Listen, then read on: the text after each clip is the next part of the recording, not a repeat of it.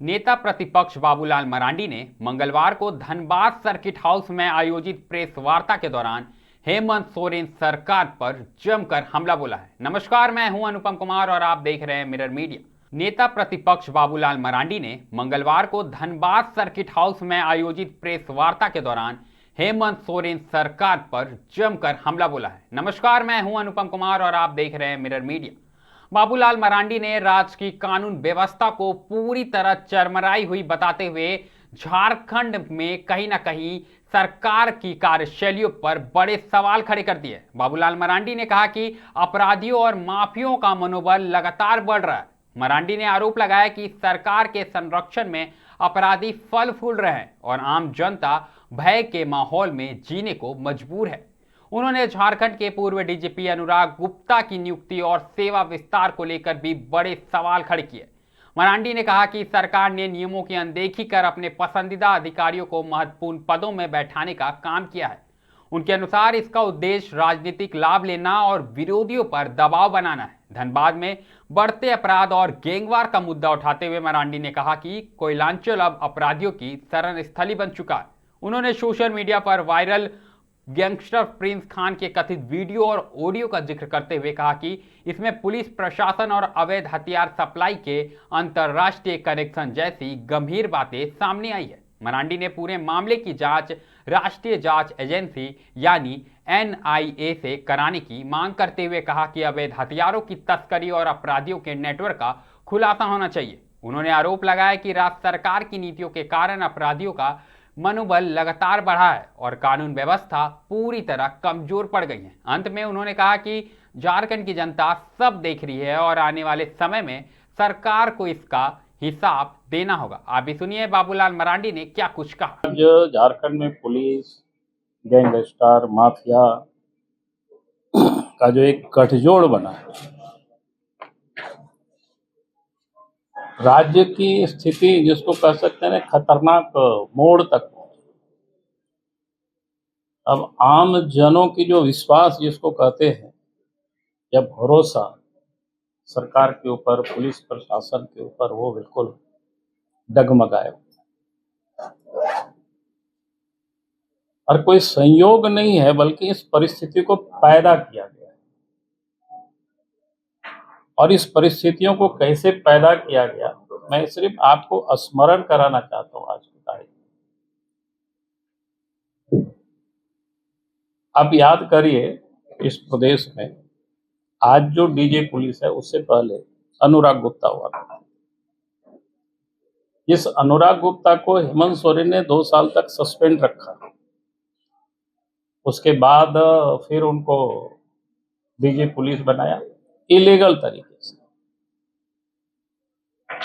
जो supreme court का guideline था कि यूपीएससी से जो सरकार ही नाम भेजती है, 4-5 नाम भेजती है, उसमें से 3 नाम शॉर्टलिस्ट करके सरकार को छोड़ देती है और उसमें से फिर डीजी पुलिस की नियुक्ति होती है। लेकिन राज्य सरकार ने कुछ भी नियमों का पालन नहीं किया और फिर उनको डीजी पुलिस बनाया। और इतना ही नहीं, जब वो रिटायर कर गए, मैंने उनकी जो अवकाश प्राप्त कर सेवा अवधि उनकी समाप्त हो गई, तो इलीगल तरीके से उनकी सेवा विस्तार भी कर दिया। ये आप सबके संज्ञान में है। मैं और सेवा विस्तार कर दिया, कुछ दिनों तक काम करते रहा। तो आप सबको ध्यान में है कि वो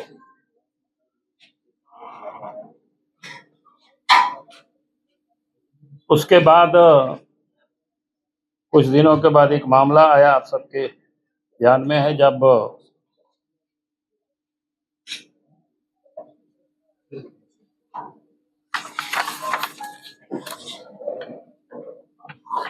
एक अपराधी का इनकाउंटर हुआ था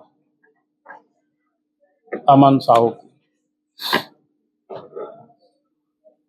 अपराधी कुख्यात अपराधी थे,